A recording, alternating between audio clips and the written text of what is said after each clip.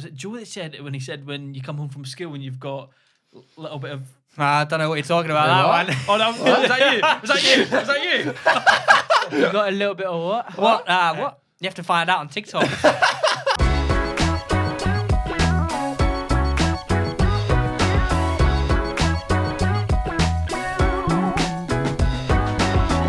Touch on before we finish the whole Wafflin thing.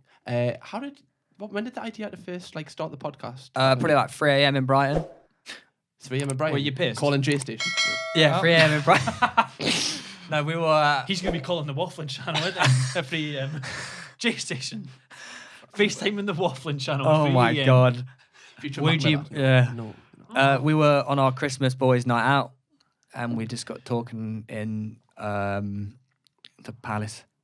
The palace. So Brighton have Who like are a Christmas boys and why is there a palace? So every year, all the boys from home meet up and go for like a Christmas meal, and went out on the Raz, and we were in like some park, and it was like 3 a.m. and we just got talking about YouTube, and then we just came up with the podcast. Did it do bits from the start? So we originally made a channel, and then it got like 15k subs. We didn't post a video, and then we're like, wait, why are we doing this? We could just use Joe's second channel.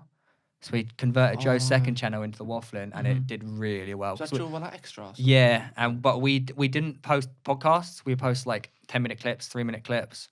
Because we would sit down and record for a couple hours, but we'd record as when we were making a YouTube video and like clips, rather than actual podcast. Mm-hmm. It wasn't for like, I swear, like a year until we started doing like actual like lengthy podcasts. Because them clips banged, didn't they? Yeah, they did, yeah. It's like just... Some of them were outrageous. Yeah, whenever I click on a funny. Wafflin, I always just know it's like I'm going to just be in for wanging. Yeah, some of them were outrageous. Yeah, because when I... you go. No, I was just going to say the funniest clip was the one where it was... I seen it on my TikTok. A lot of Wafflin bangs on TikTok. Yeah, we don't have a TikTok That's account. why we've got a TikTok. Yeah, I made one, but we just Because I see them all the time. people do it for us. So I've done it. Well, I would always get Wafflin on my TikTok. No one else for some reason, but I always get Wafflin. And I was like, oh, podcasts just do well on TikTok. That's why we had the idea to do that. But it's the one where, what was it? Was it Joe that said it when he said when you come home from school and you've got a little bit of... I don't know what you're talking about, that one. Oh, no, was that you? Was that you? Was that you? You got a little bit of what? What? You have to find out on TikTok. Nah. Semen. Well, you come home from school and you got a bit of semen. Just laying in your pants. What the fuck have you been doing at school, like? I was a young teenager boy. No, Going through puberty. Did you know just like you check your boxes and you'd be like, how did that get there? Yeah. See? Yeah. Not just me, guys. There's other people out there. I never had that. I never had that. You've always struggled to come. My anyway, DT teacher was very friendly. Oh my god. That was like a talent. Biology teacher. What? No, we've had some clips that have like led to I accidentally confused Mignolet for Carius or Carius for Mignolet when one of them made a mistake, and I got fucking destroyed on Twitter. Yeah. Destroyed. Because I was going Champions League final to see Liverpool. And I accidentally mixed up Mignolet and Karius, and they're like, who is this guy? He doesn't know football. How dare he go to... Because a YouTuber was going to Champions... Like, yeah, mate, lots of influencers and people in the public eye go Champions League final. Some people are so fucking stupid. Yes. Yeah, like fucking Castro was there, and he's like, I don't even support any team. Yeah, but they took it... They obviously used me as a scapegoat to... I got destroyed. And then Carragher jumped on the bandwagon and started destroying me as well. I was like, mate, Carragher did? Yeah. What did he say? Little bastard. Yeah, there was like a video of me talking about the Mignolet Karius thing, and someone quote tweeted it saying like, "Oh, he's going Champions League final, whatnot," and Jamie Carragher retweeted it and everything. Yeah. Was that like another armbar? Yeah. Was this after the elbow? This was like 2 years. This was like last year. Yeah. The little wanker. Yeah. But I got say that to his face. I got his point, but and then I saw him out there. He was like, "Yeah, you alright, mate?" I was like, yeah, I'm alright, mate. Good to see you, buddy. Yeah, nice to see you Didn't again. spit on you though, did you? No, he was quite nice. Should have nutmegged him.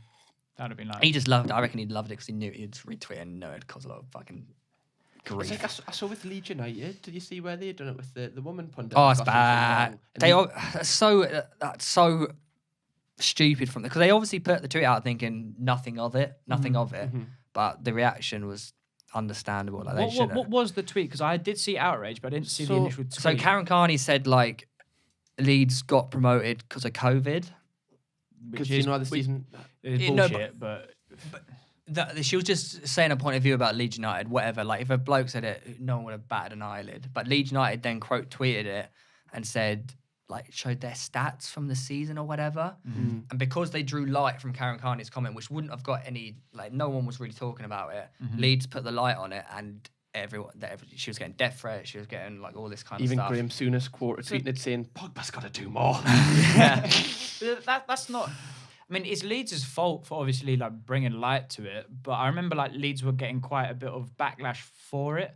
But I mean, they weren't discriminating it by the comment of her being. I think female, they should have had more awareness, knowing what if they the repercussions. They should have they should have been trained. They obviously weren't trained in social media, so they should have known that by doing this. Obviously, as a female pundit, they are going to get more grief Most of the than a women male pundits. public. With Wafflin, when did you like decide to get Luke on camera? So he was always there in every video, just having like a third person in the video helps better dynamic. And then he would just occasionally, like, as we got into it, he would just like butt in off camera and like have a point of view to say. And then everyone in the comments, like, he'd start talking more. We'd actually speak to him, and he's just like not on camera. And then the comments are like, "We need Luke Cam," and like they just got bombarded. And then eventually we gave him Luke Cam. Yeah, because I remember him when you seen the little comments. He was always like dead, like good one-liners and stuff. Yeah. He's the balanced one of the group. Yeah, does he do YouTube? No, just Wafflin. So does he just have like an everyday job? So he's at uni. Oh, uni. Love how Yes. you just have an everyday job. Just Yeah. he's one of them He's normal in- people. one of those Thing is, normies. he's Yeah, studying of course law. he said Studying law. Studying law. But now Wafflin is his job. Now he quit his job. He did work. I think he did like removal vans part time while at uni. No, he's Wafflin full time. I did that as a job. He's waffling full time. Love that. That's good.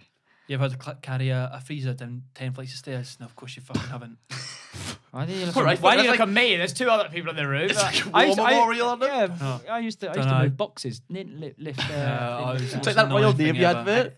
Have you ever emptied a pickle bag? I've done What about that. the meat bucket? I don't like the sound of that. I don't like the sound of At the end of every day, Meat bucket. you know the grills which they put down, they cook the. Oh no. So after every time you've used the grill, you have to wipe it clean, and all the juice and the spare meat go down to the side, which stores all of that.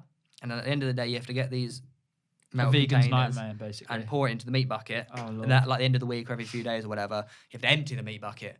And fucking Jesus Christ, it's like 4-day-old meat that's just sitting there, Oh, just growing. fucking chum It becomes like a being. I know people who've worked at McDonald's and have turned vegan after working there. Evie. They're like, yeah. I did like I would do like over lockdown. I watched Game Changers, Oh yeah. and I was like, well, this is it then.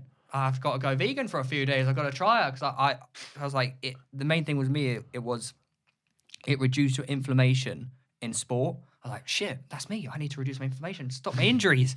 So I did like a few vegan days, but then I sacked off.